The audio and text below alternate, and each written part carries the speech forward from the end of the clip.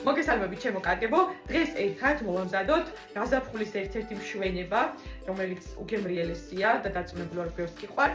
ეს არის ღანძილი, ჩვენთან იმერეთში ეძახიან ნიორას და აღმოსავლეთში არის ცნობილი ღანძილის სახელი. ღანძილის ეტება მწნილიც, ასევე ხშირად გამომიყენებია ჩემ ვიდეოებში გულსართებში, ყველთან ერთად, კარტოფილთან ერთად არის უგემრიელესი. ასევე გაყინულიც რომ გაყინოთ და თქვა შემდეგ ზამთარში გამოიყენოთ, ჩვეულებრივად გამოდგება და არ კარგავს იმ გემოს. მოკლედ დავწყოთ.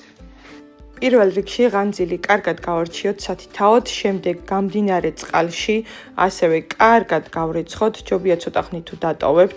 მე მქონდა ცოტა ხნით დატოვებული და შემდეგ უკვე დავიწყე გარეცხვა, წყალი ავადუღე და ჩვენი ღანძილი გადავიტანე. როცა მოიწალა, ესე ვთქვათ, სადღაც 3-4 წუთი უნდა, მეტი არა. შემდეგ უკვე გადმოვიტანე საწურზე.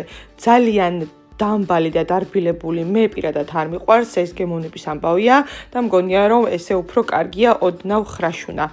მეორე დღეს უკვე ჩვეულებრივად შეგვიძლია გამოყენება, კარგად გავწურე გამოყენებამდე, შემდეგ დავჭერი არც თუ ისე წვრილ ნაჭრებად, გავკეთე ქინძი, ნედლი ქინძი, ასევე ძმარი, ზეთი, კახური ზეთი უმჯობესი იქნებოდა, თუმცა არ მქონდა, მარილი და ამოურია გემრიელად მირთვით უგემრიელესია და ასევე ცომეულში გამოდის ძალიან კარგი გადაურიე ყველი, იმერული და სულგუნი და ეს წვრილად დაჭრილი ოღონდ ღანძილი ჩავდეთ ცომში და გამოვაცხე ტაფაზე ორივე მხრიდან როგორც ხაჭაპური.